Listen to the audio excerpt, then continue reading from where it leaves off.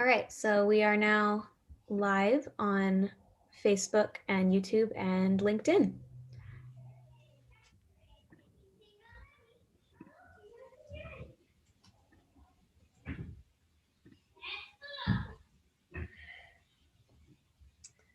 All right, so we will get started probably around 3:02, just so people have a couple minutes to join. And yeah, in the meantime, welcome to Mobile Growth Online.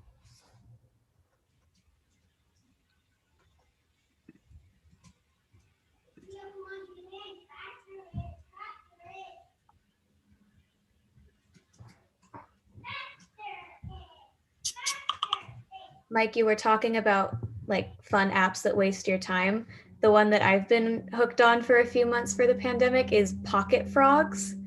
My little brother got me into it. It's an old app from when like the iTouch was a thing. So it like the graphics are super old, and it's basically just like hopping around a pond trying to find all the different kinds of frogs. That's great. I love it. Yeah.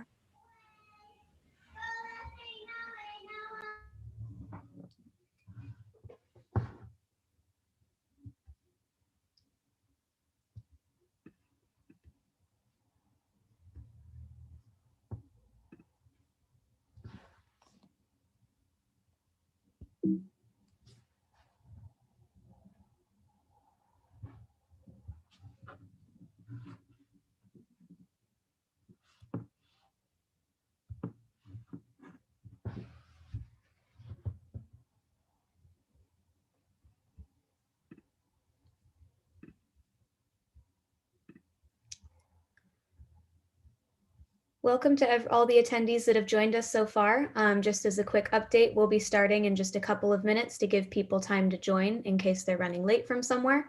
So just hang tight for a minute or two more, and then we'll dive right in.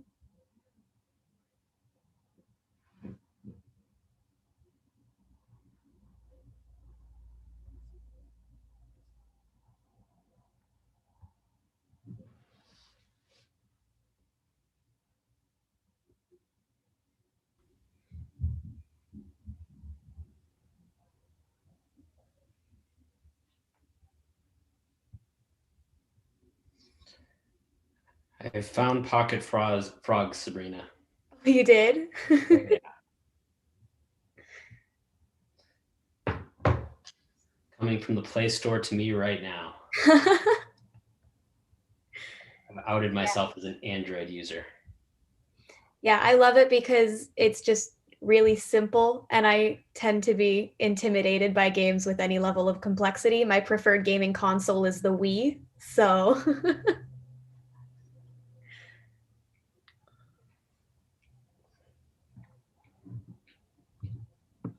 Yeah, I'm right behind you, Boz, on downloading that. I feel like my kids are going to go bonkers over this. All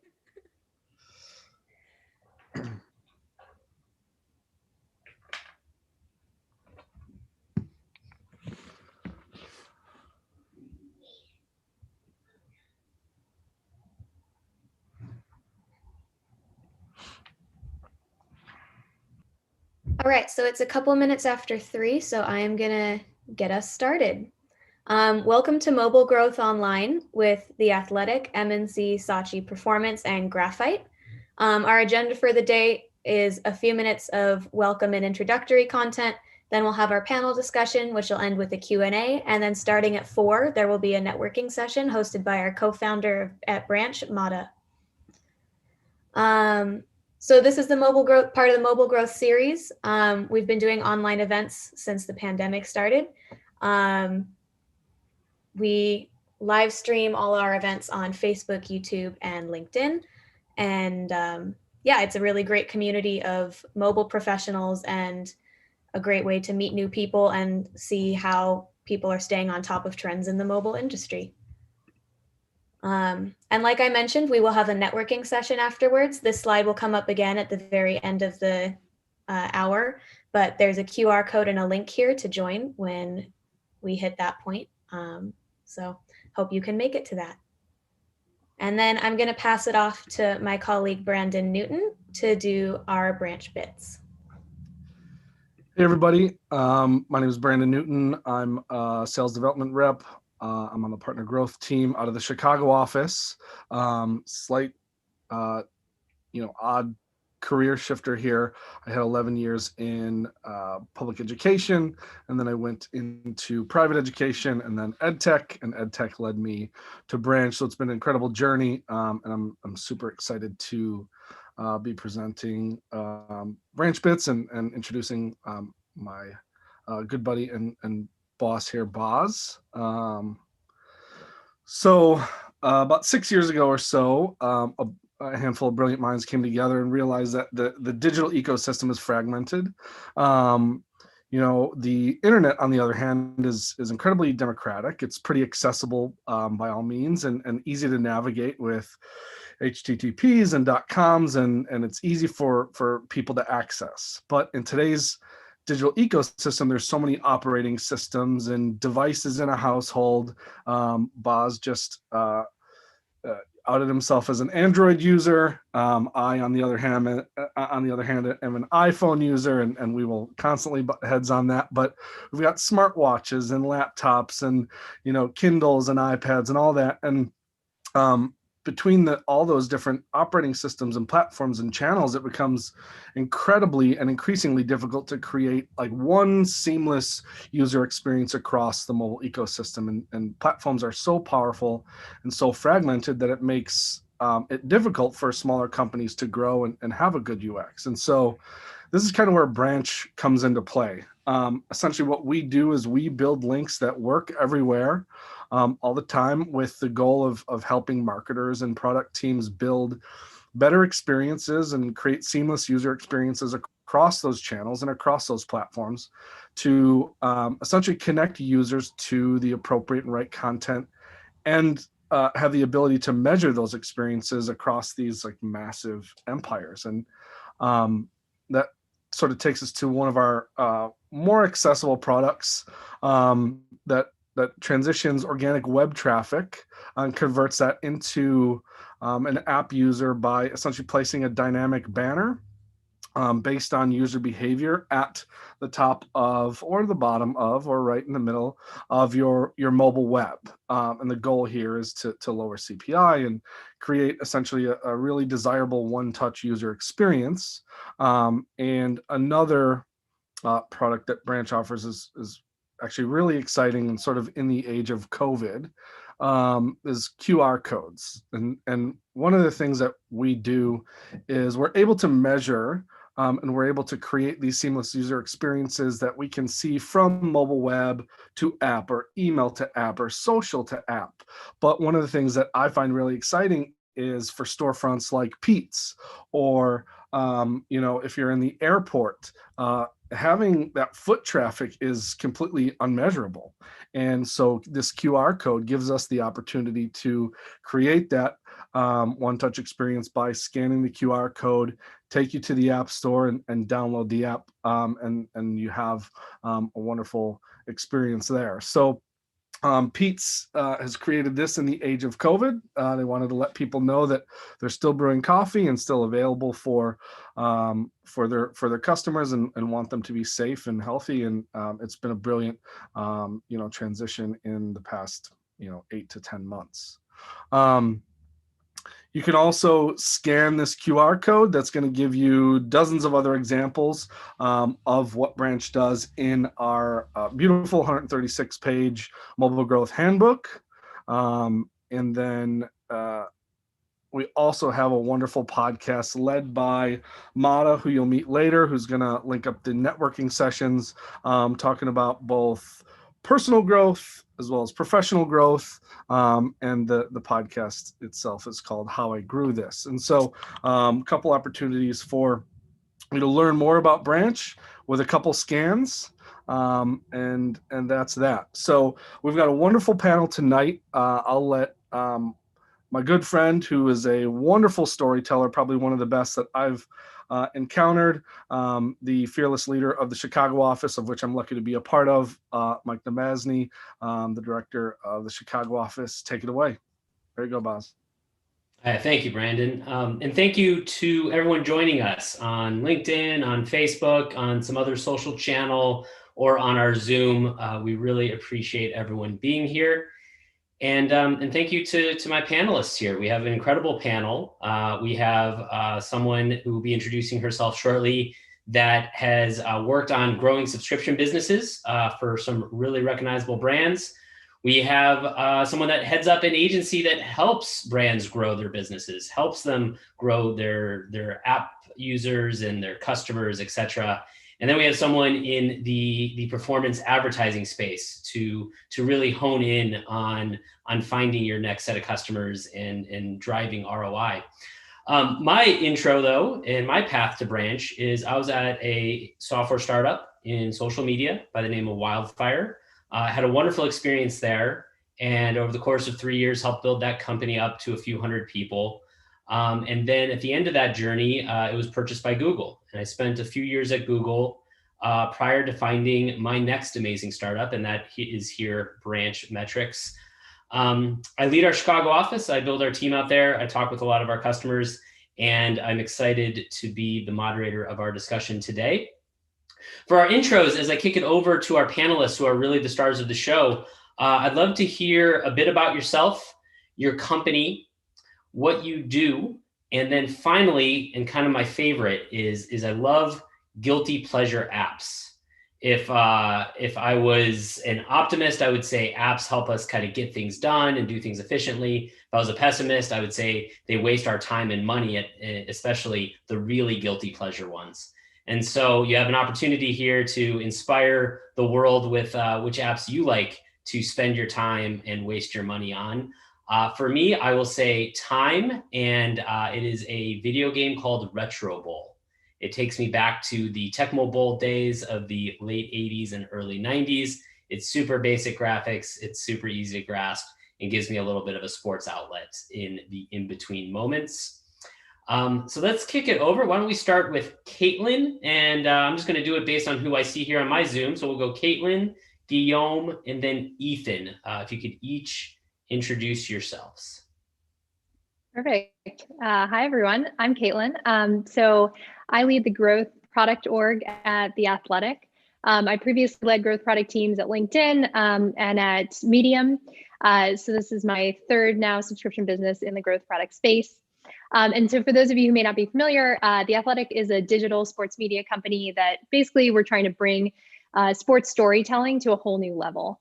And our primary revenue source is subscriptions. So everything we do is in service of our subscribers, articles and podcasts, and different ways to get all the news and all the insights on the sports teams you love. In terms of what I do at The Athletic, I basically help run our subscription business. So the growth product org is responsible for the full funnel of our business, from top of funnel acquisition through to engagement and retention of subscribers. And I've been at The Athletic for about a year now, and it's been a lot of fun. In terms of the app, I'm going to go in the direction of actually saving you money. So an app that I love is the CVS app. I've been obsessed with CVS and their coupon discounts for many years now. So it's very exciting to me to discover that they have an app. And so now I can actually, in the store, sort of scroll through what coupons are available, send them to my card, and then get them at checkout. So it's kind of a cool, in-store mobile experience, and will save you a lot of money. So I'll hand it back over now. Thank you. Hi, everyone. My name is Guillaume. So I'm based in San Francisco. I joined recently MNC Saatchi Performance as their managing director for the Americas. MNC Saatchi is a performance marketing agency. We work mostly with mobile first and digital economy clients. We have in our portfolio brands such as Kindle, Tinder, TikTok, or Grab. My role, we have a team of about 40 people between East Coast and West Coast. We are a global agency. We've also, teams in APAC and in Europe. I'm spending quite a lot of time at home. I have 2 kids, and my son is 7-year-old, and he's really into Hot Wheels. So where we are spending quite a lot of time and money is actually buying Hot Wheels. That there is an app that you can scan them and collect them and play with them as well on your phone. So it's called Hot Wheels ID. And yeah, we are spending quite a lot of time and money on those games. So yeah, it's fun though. It's a 7-year-old thing. I already have that app that has the Hot Wheels, and how cool to be able to race the car that you just bought. So you buy the physical car and then it appears on your phone and you could race it. I really grew up in the wrong era. Over to Ethan. Sure. So I'm Ethan. I run a organic growth agency called Graphite, and we work primarily on search engine optimization, content strategy, and conversion. And we work with different companies like Masterclass, Robinhood, Ticketmaster, and we build out these strategies for them. What I personally work on is trying to define what the future of SEO and content strategy looks like, and in particular, how we can use data and some of the latest artificial intelligence technologies and apply that to content. And there's a lot of really interesting recent stuff in the AI space that allows for new applications in the content area. So we're very excited about that. My app is Masterclass, and they are near and dear to my heart, but I have been spending a lot of time watching Masterclass, and in particular, I most recently learned how to pick out the right pair and length of pants and how to make shakshuka. So that's my guilty pleasure app. Fabulous. And to satisfy everyone wondering, that is not a virtual background behind Ethan. That is a beautifully manicured background. And just based on that intro, actually, I have quite a few questions that have popped to my mind about AI and data. So I think we'll get there here soon. So with that, why don't we jump right in? I kind of have two sets of questions that we're going to start with. The first set, we're going to focus on growth, acquisition, and discovery. And Caitlin, I would love to start with you. So when the lockdowns began, The Athletic reacted quickly by offering a 90-day free trial. And I, as a consumer, can tell you that COVID has been either very good or very bad for my subscription-based budget. Like, depending on your perspective, I spent a lot more on subscriptions than I did 9 months ago. I'd love to hear how that acquisition strategy has evolved for The Athletic over the course of the pandemic. Yeah, definitely. Yeah, certainly has been a wild ride over the last few months. So there kind of been 3 phases of our acquisition, I would say, since COVID hit. And I can sort of walk through each of those. So first, as you noted, right when COVID hit, we launched a 90-day trial. This was actually operationally a huge quick turnaround undertaking. Basically, I think the weekend after we shut down, the team spent all weekend kind of getting this out the door. And the thinking was basically sports had just shut down. Each sport had announced its cancellation one after the other. I think it was like Thursday or something. So we didn't have anything to write about in terms of ongoing sports games. And so the thought was, how can we continue to bring folks in, continue to build that subscriber base, even if there may not be something that is necessarily worth paying for, although we were continuing to produce content and different angles, but it wasn't live sports. So we launched that. We're able to actually really stabilize the business through that period. We did see deal fatigue as the months went on, but for the first month or so of COVID, that was a great strategy for us, offering that free trial. And also being more generous in the cancellation flow of allowing folks to extend without paying. Just really the goal was to keep subscribers. The second phase was actually, or sort of big piece of that second phase was a deal that we did with T-Mobile Tuesdays over the summer in July. So we have been talking with them about this deal for quite a bit of time. We're going to do it in the spring, delayed because of COVID, but we were able to time it. It was together with an offer with MLB TV for when baseball came back. And so we were offering a year-long free trial to T-Mobile subscribers via the T-Mobile Tuesdays deal. And timing it with that MLB, with the sort of the boost of sports coming back, we were actually able to get vastly more subscribers than we expected through that deal. And again, sort of capitalize on a base of people who might not have subscribed originally through T-Mobile. An interesting aspect of that was that actually 2/3 of our acquisition, or even more perhaps, came from mobile. We built out a separate iOS flow that allowed folks to subscribe through the App Store, which originally wasn't permitted under the terms, but we were able to work with Apple to make that happen. And that ended up being a really successful flow from us, where they could go for us, where they went straight from the T-Mobile app into our app. And then the third phase more recently has been around experimenting with pricing. So we launched an offer in September where we did $1 a month for different periods of time as an introductory offer.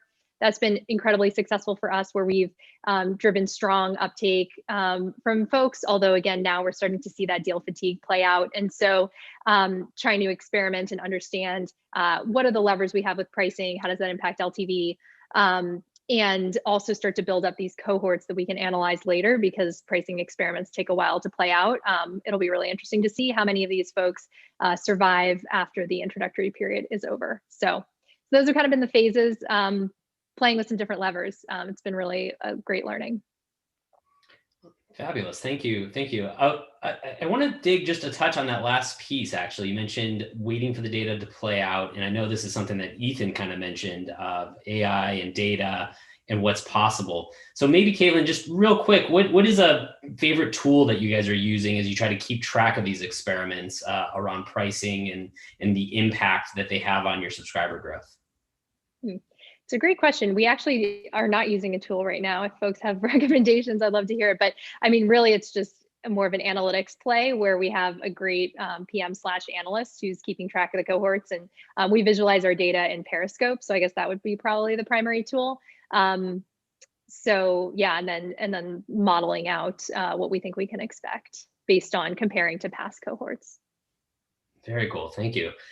With that, I want to kick it over to Ethan. Ethan, you've worked with many brands helping them grow their audience, from Honey to Medium to Robinhood, as you mentioned earlier.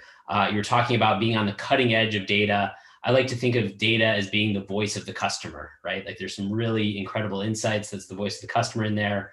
And so we'd love to kind of hear you kind of talk about some of these cutting edge strategies that you guys are using to help companies grow.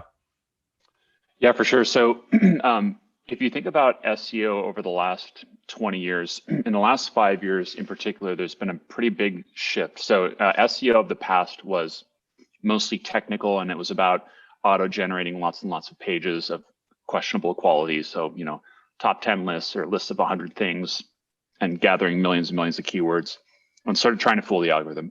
And so the goal of many SEOs was not to build a good product or good content or any of these things. It was basically to rank. And over time, and in particular over the last 5 years or so, Google's been introducing a lot more artificial intelligence into their algorithm. The result of that is that rather than SEOs trying to trick the algorithm and figure out, you know, how it has a shortcoming, these AI algorithms are too complex and too sophisticated to be fooled. So instead of fooling it, we can then try to understand what is it trying to accomplish. And in the case of Google search, they're trying to fulfill the search intent. And so what we want to do is, instead of, you know, again, finding holes in their algorithm, how are they trying to fulfill the intent? What are the inputs or parameters for that? And then how can we do the same thing? And in particular, what we've seen is that content and engagement are two really big things that are now ranking factors. And that then, you know, begs the question, what is good content? Because Google will say, write good content and have a good product and good engagement.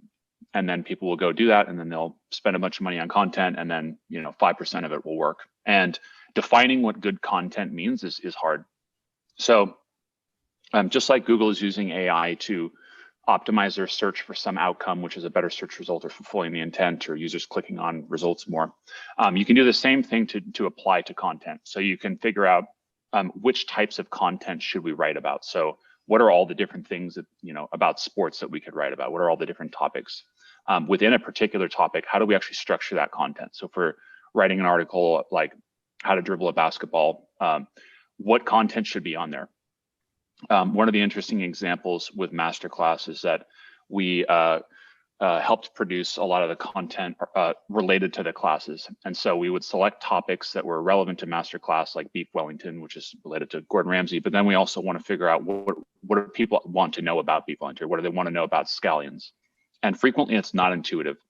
The author is an expert, and the reader is not necessarily an expert, and they have questions that might not be obvious. So with something like scallions or green onions, a lot of users want to know, how does that compare to leeks, or how does that compare to chives? Things that, to a chef, they would say, well, it's a different vegetable, but users have those questions. And so one of the interesting applications of AI is we can figure out, well, what do users actually want to know when we're writing about a piece of content?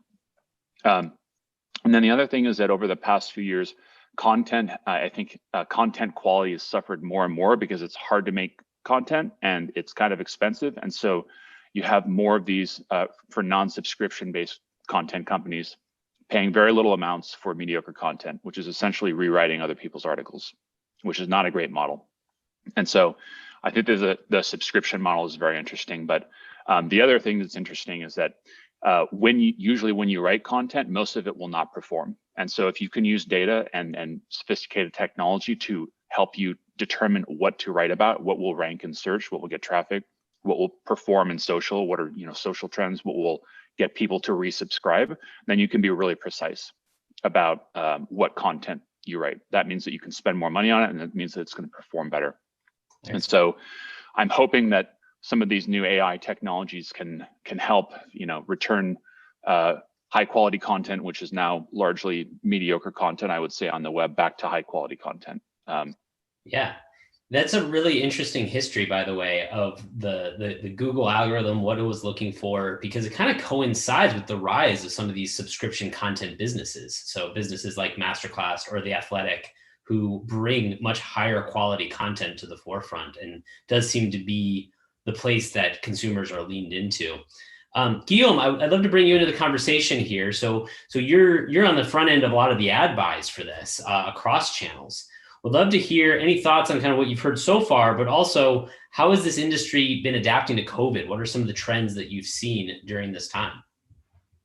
Well, I don't know if it's only attributed to COVID, but between the elections, iOS 14 in our space, plus COVID, it's been definitely a year with a lot of changes from when it comes to paid advertising.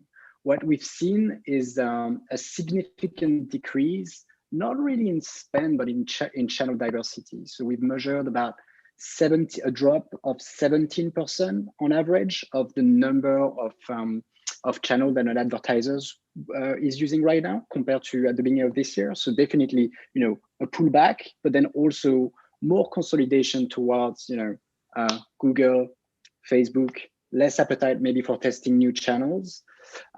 Overall, we are looking at pretty much a flat to a 2% increase year on year on US digital ad spending. So it's been definitely after a rapid expansion for those recent years, it has been challenging. But two new trends that we've seen accelerated that were already there, but definitely that we've seen an acceleration. It's of course attention time spent on devices hasn't dropped because we are constantly glued to okay, when is the vaccine going to be ready? What about the election? So just time spent and on devices is still there. We are spending more time at home, so advertisers are looking into the cord cutting trend, OTT. In terms of advertising, more and more advertisers are, and I'm sure it's the case for you, Ethan and Kathleen as well, is how do you capitalize on the fact we're staying at home, we are no longer commuting, for instance, to go to an office, meaning, what do you do with Apple TV and different connected boxes that you could have at home? So we are seeing that as really an acceleration in terms of consumer content consumption. And and we had to really invest on our capabilities as an agency to know how to really measure OTT and connected devices at home, as opposed to an iOS Android world that was pretty much what we were mostly doing before COVID hit. And Guillaume, one question, you mentioned that the ad industry, coming off an incredible CAGR in terms of growth, has slowed down, and only 2% growth this year. I was kind of curious your thought on the cause of that slowdown. Well, I mean, you have vertical slowdown. So for sure, if you are in travel, or you know, ride share, certain categories, you know, have pullback. We've seen gaming developers spending more. With, you know, it's, so you have like a vertical trend, but what we've seen is like just greater consolidation towards Facebook and Google. TikTok increasing in spend. We've seen, like, you know, Snap release amazing numbers publicly. So there is like a core number of channels that are keeping an adoption, but then, you know, channels that were maybe more like the channels that you were using to test you know, a new type of media, then is, you know, really no longer on the plan anymore. So that's what we are seeing. Got it. Thank you. And I'm going to share a quick slide. Actually, I find sometimes these trends are so quick to materialize and also so quick to disappear. And we have the tools and the data to really slice it at a granular level. So at Branch, we are installed on 60,000 different apps. And so we can get a sense of what the usage of those apps are.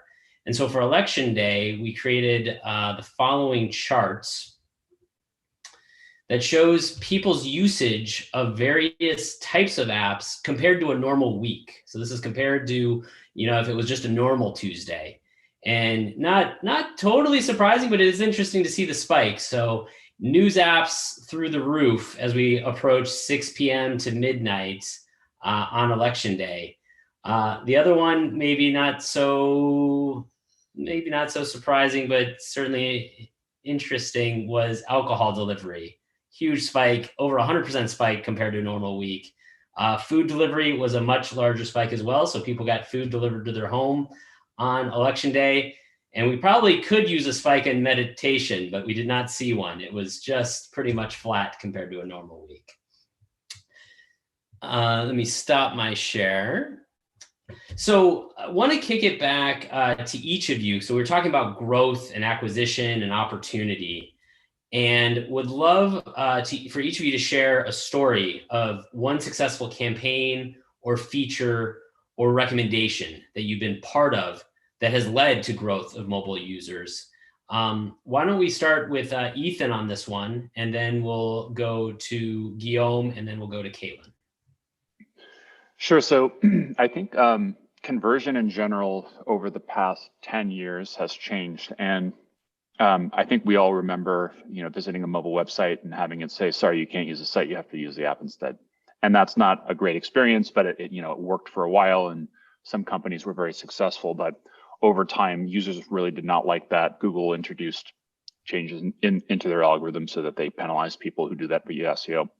And so the premise of that is essentially, the user wants something, and I'm not going to give it to you unless you do what I want.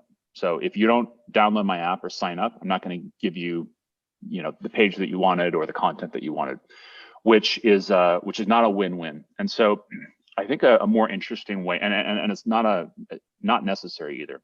I think a more interesting way is to try to understand what is it that the user wants, and how does what I as the company want, how does that actually help you as a user?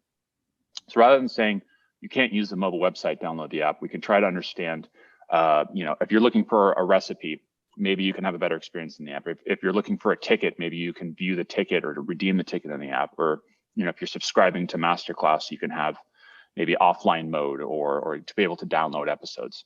And so rather than having the messaging be, no, you can't do that, it's you can do even more of what you want, and the app is going to help you, and here's how it's going to help you. And so the way that we think about app upsells is what are all the highest intent moments within a user's mobile web experience, and what is the intent at each of those? And then how do we position the app as helping you with that intent? So whether that be, you just bought a product and you want to see shipping, or you're looking at your account, or whatever that is, we'll basically make a 2x2 matrix of volume and intent level, and we'll figure out the ones with the highest intent, and ideally with reasonable volume, and we'll focus there. Versus as soon as you land on the home page, or as soon as you land on SEO, blocking the page. So these high intent moments and framing the install as helping you with that intent is one of the things that we've seen be really effective. I love that. Thank you. Guillaume, what's a campaign or feature or something that has worked out well for you? Well, I mean, this year, I'm sure we're going to talk about it with iOS 14 coming up. We had clients asking us, okay, if we cannot optimize our media as granularly as before, we need to look things at an aggregate level. And also with, potentially a recession coming our way, and they need to shape some marketing investment. The question around, is it incremental? Is the advertising we're running together, does it actually work? Is always the question that a lot of advertisers are asking more and more. So I think we've been investing in tools to measure incrementality, to work with our partners. We've done a campaign for a subscription brand in Canada, and a campaign across all the Google inventory. And what we did, we basically advertised in a certain group of cities and didn't advertise in certain group of cities, and just to understand, okay, given the black box nature of Google and how much actually potentially you are cannibalizing your organic traffic, we were able to validate a high investment channel as Google by looking at, okay, is it really incremental to my business? And in cities that we were advertising with the Google stack, we saw a positive uplift of 17% in trials, and we were also seeing a more positive cost per trial. So those tests are always interesting. Sometimes you use a charity ad, but like here we was like purely like going being live and being off in certain geos, and I think that's something that advertisers are asking more and more for us to do. So that was a really positive. We celebrated this win. We knew it was working, but it was always good to validate that through a proper test. That's great. And why don't we just ask this question now, actually, because you've alluded to it a couple times here, and we have a broad audience. So some folks are technical, some folks maybe are more casual business owners, brand builders. So we do have a wide audience. So Guillaume has mentioned that Apple's made a few changes or forecasted a few changes. And one of them is an identifier called the IDFA is going away. And advertisers that Guillaume works with, and then also Caitlin might use this identifier, and Ethan in his work may use it. They use this identifier to measure the effectiveness of their ads. Did it convert? Because it's a very helpful identifier in that respect, and they use it to target future advertisements. As you mentioned, Guillaume, like the industry's been a buzz that this might be going away. So would love to just kind of ask you, what changes do you see coming, and how is it going to affect the advertising industry? Do you want me to reply to this one, or yeah, okay. Yeah. I mean, just very briefly, I think it's been heavily documented on the web, and Branch has been doing a great job as well, like pushing the subject with like more solutions to look at probabilistic solution. But in a nutshell, advertising will not stop.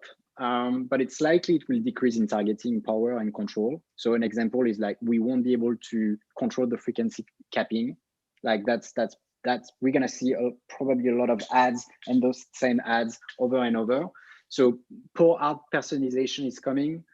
We are aware that certain advertisers are playing with the prompt that Apple will be showing the users, maybe delaying the prompt that gives the authorization to get access to the IDFA.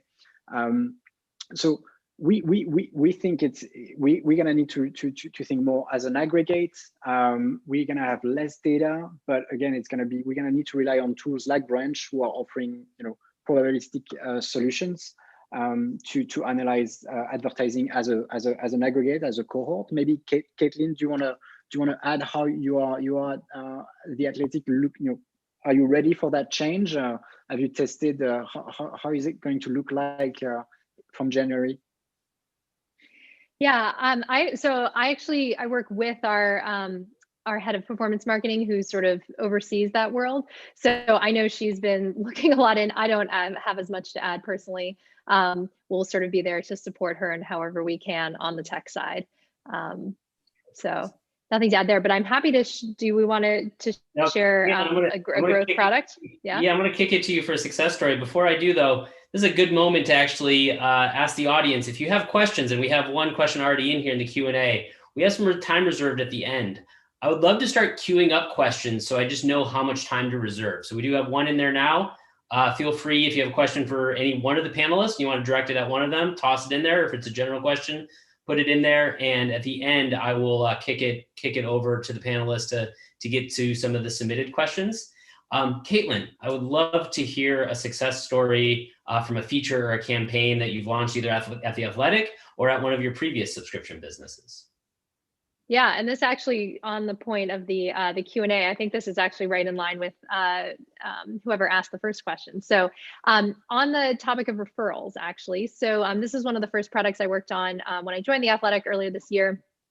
And to sort of set the stage, what we had as a referral product at that point was a program in which if you as a subscriber referred a friend, you would get a $25 Amazon gift card and they would get 40% off their subscription. So there were kind of a couple issues here. In general, we just weren't seeing much traction from this program, not very many subscriptions coming through. It also had a high operational cost. I mean, obviously we were paying sort of a CAC of $25, but we have a lean customer support team. They were having to, get these Amazon gift cards and then send them out, which wasn't working super well. And then just, I think more globally, the whole concept of the program made it feel very transactional, like we were basically paying you to acquire this subscriber for us. So we sort of took a step back and rethought the program. And we were actually inspired in the Q&A question asked about meditation apps. We were inspired by Calm. And we had heard the Calm CPO speaking about how they had worked through a couple of different sort of viral loop options and had settled on this concept of guest passes, in which basically like you as a subscriber have the ability to give a guest pass to others and you're not actually being paid anything yourself. It's more tapping into this idea of altruism of you having a scarce resource that you can give to folks in your network, friends, family, the ability to try a product for free. So the pass was a 30-day free trial. So not requiring them to put down their credit card. Well, yes, requiring their credit card, but not actually charging their credit card immediately. So we rolled this out in March, actually right before COVID hit. We had this whole marketing plan lined up behind it, which we ended up pausing because of COVID. But what was really incredible to see is the traction we started getting with this, even without a big marketing push. The concept clearly resonated a lot more with folks, and also, removed this whole operational burden from us. So we've since then done a bit more marketing, tied it into email campaigns, as part of the subscriber life cycle, pinging folks and saying, hey, you have your 5 guest passes. Why don't you go ahead and redeem those? We've seen ability to drive big spikes in guest passes with those emails as well. So that's been a really successful feature for us, and we're hoping to experiment more on it now that, or as COVID comes to a close.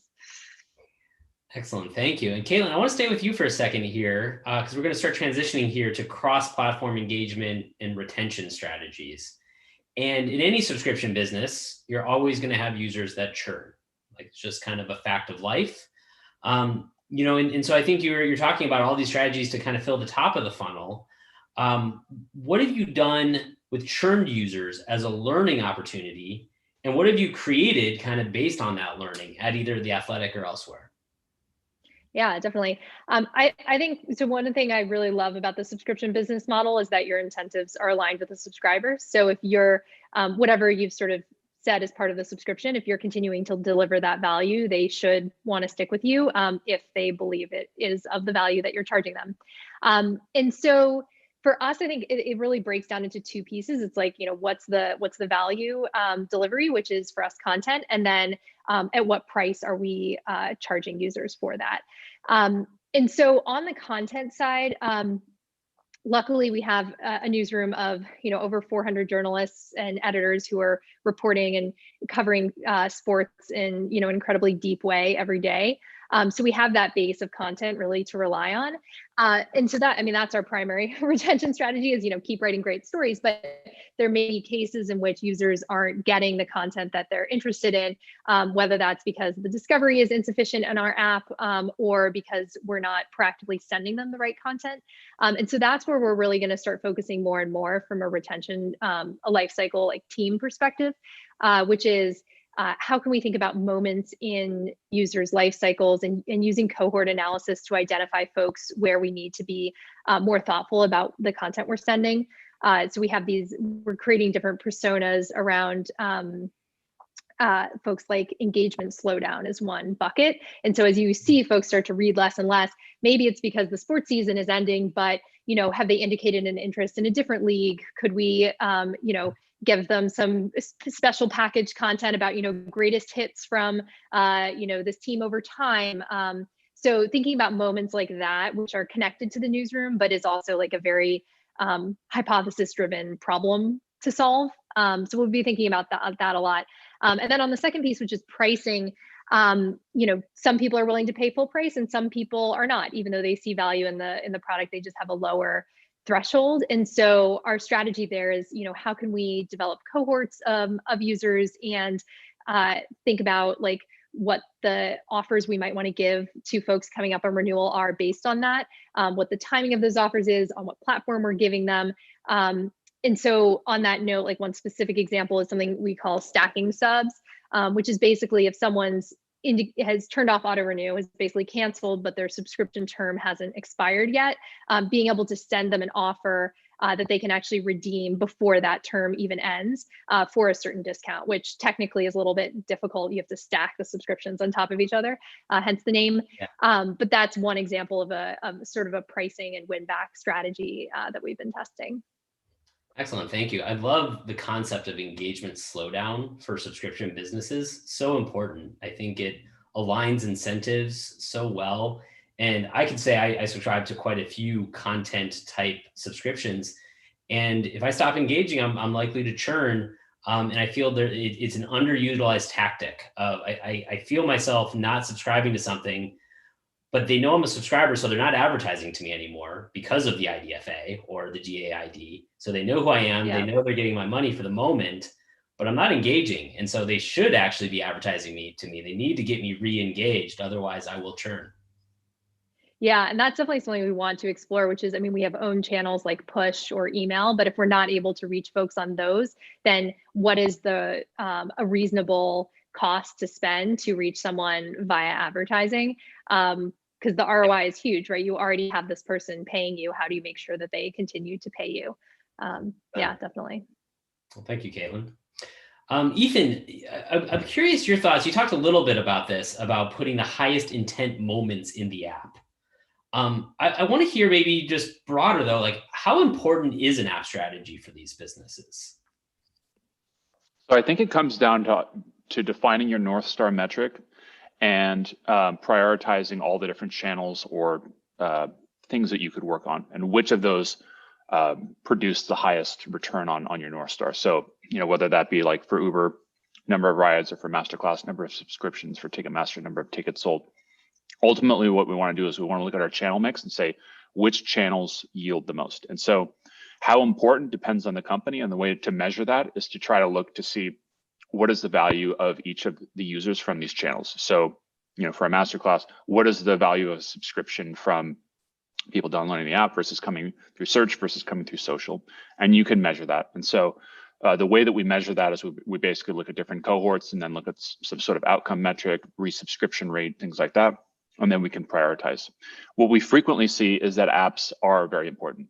And the reason why they're important is because once you have an app installed, it's top of mind. It's a closed experience. You can't click around on different tabs. And so frequently we will see that aggressively driving app downloads is a very effective strategy. It certainly depends, but apps in general tend to have much higher engagement and retention metrics across the board. Yeah, thank you, Ethan. We tend to see that as well. We do quite a few of these analysis with brands, and of course, industry by industry. But the overarching theme is the app is stickier. People spend more. They're more loyal when they're there. So very good. Guillaume, we kind of talked about IDFA earlier. So I maybe want to kick off the next question, which is going to go to everybody with you. When you think about a project or feature that ultimately didn't pan out, what's an example of one, and what did you learn from it? Who takes it? Yeah. Me? Okay.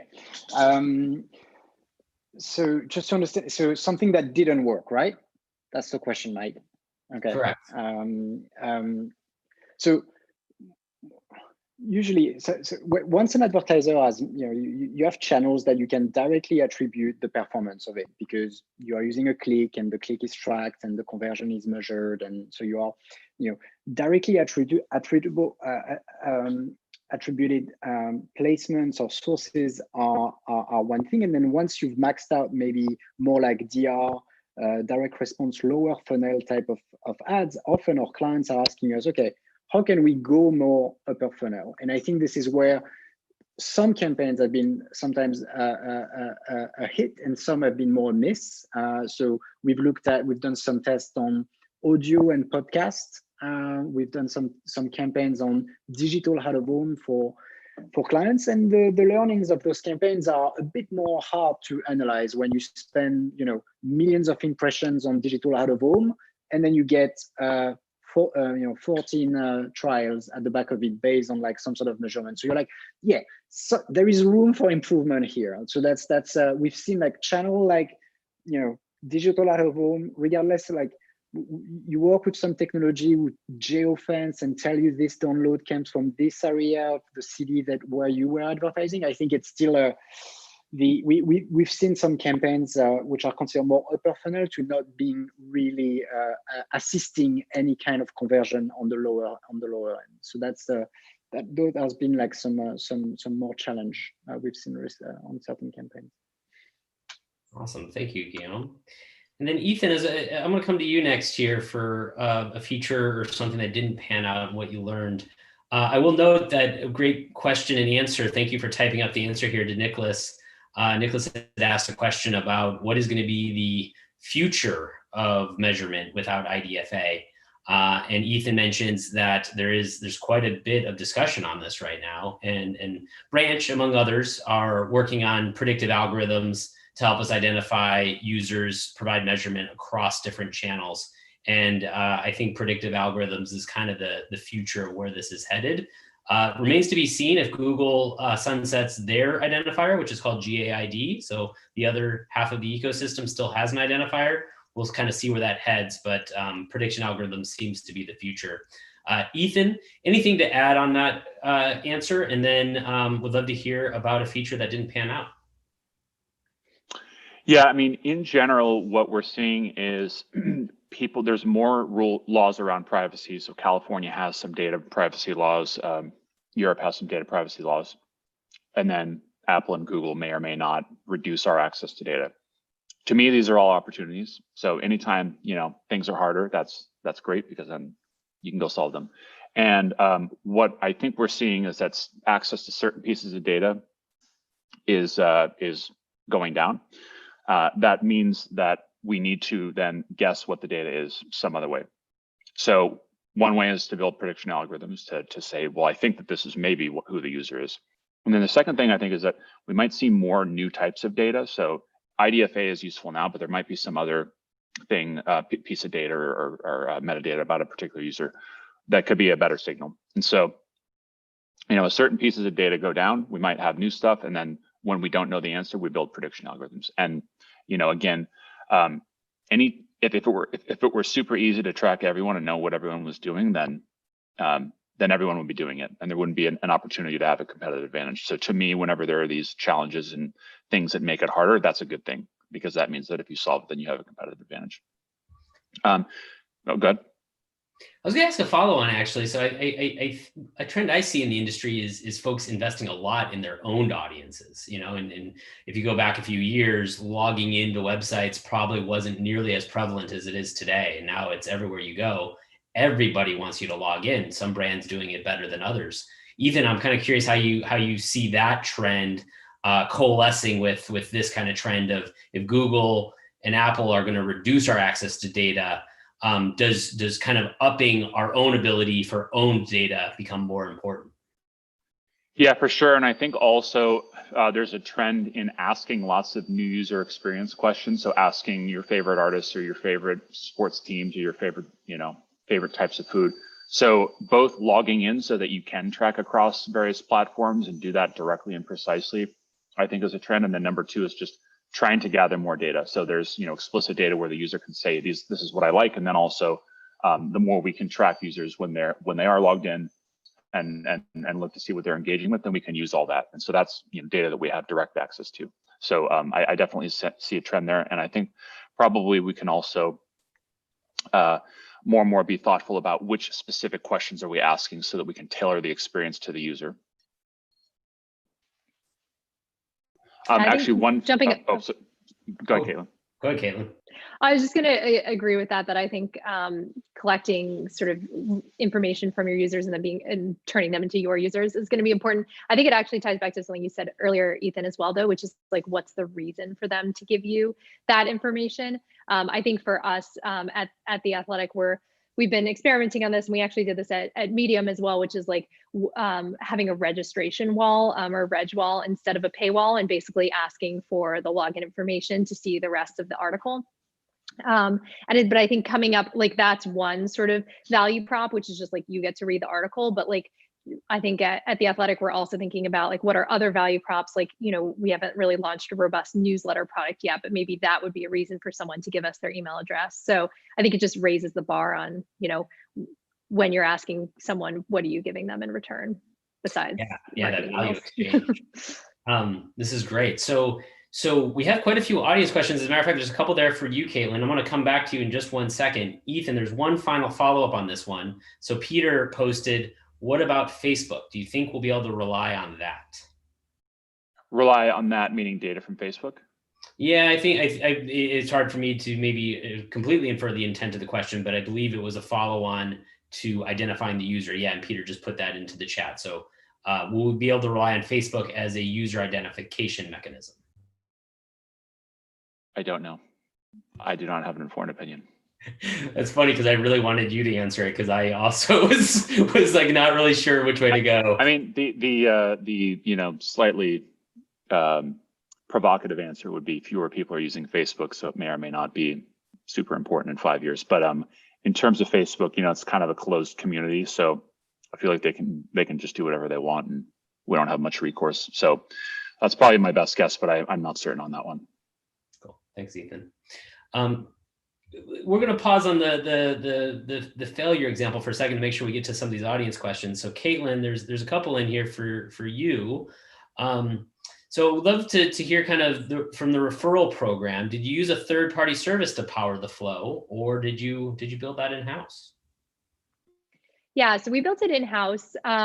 We, at this point, pretty much all of our product development is in-house. And I think there were a couple of elements that might be interesting here for whoever asked that question, which is one, we made it available to subscribers to be able to send the guest passes on any platform. So on iOS, Android, or web.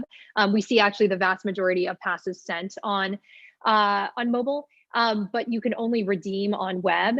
And the reason for that is that generally our coupon codes are all done through Stripe, which is our web payment provider. And it just gets really messy to have to deal with the payment systems on both iOS and Android. So that's sort of one aspect of it. And then I think the other question was asking about the codes. So on the code side, we just did sort of a random generator, a string of letters and numbers, and sort of had a conversation around what's long enough that we feel like it seems reasonably secure, but we're not trying to like encode some super secret information. So came up with just a sort of code generation mechanism. And the whole thing to build across iOS, Android, I mean, it wasn't cheap. I will say that it was probably on the order of a couple of months of total dev time with, 4 engineers kind of working in parallel. It didn't, in terms of the actual like start to finish time, probably about 3 to 4 weeks. Sorry, I just realized I was muted. Quick follow on that, Caitlin. How do you kind of think about that build versus buy? You mentioned Athletic builds most of their stuff in-house. I believe there are referral services out there that you could kind of plug and play them, and perhaps they also offer some benefits of like not having to use codes. So how do you kind of think about the benefit drawback to the engineer's time versus outsourcing? Yeah. It's a good question. On this one particularly, we didn't really do too much research. We already had built, I guess, a sort of the foundational referral system that we were kind of like building off of. So that was kind of already in place. I think in terms of this, when anything is dealing with our payments code, I mean, when you're sending folks to redeem something, like that piece, I think we would regardless have to build on in-house because it hooks into Stripe. So that was like a significant piece of it. So I honestly, like, once you layer in, you want to be able to have tracking, pull everything in. As I mentioned, we use Periscope for all of our data viz, having all of that sit in the same data warehouse. I think there's just a lot of costs to building with a third party. If you do have like an in-house eng team, it may save time up front, but then debugging things that go on in future is probably going to be messier. But I can see arguments elsewise, but that's sort of my take. All right, excellent. Well, I like to run a tight ship, and I like to give what I call a time rebate. So we have 2 minutes left. We have a networking session after this with one of the branch co-founders, Mata. Sabrina, are you hopping on to talk a bit about that?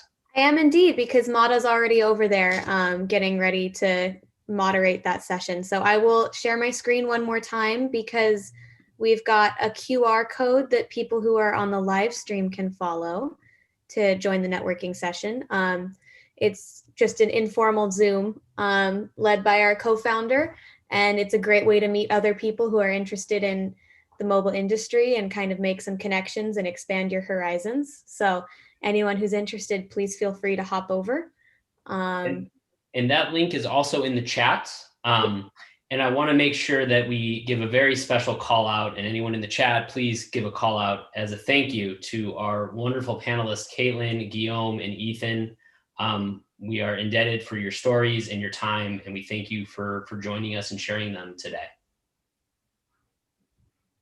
Awesome. Thank you. Thank you. Yeah, happy to be here. All right, with that, we will see everyone at the networking session with Mata. Thank you, everyone, and have a wonderful evening.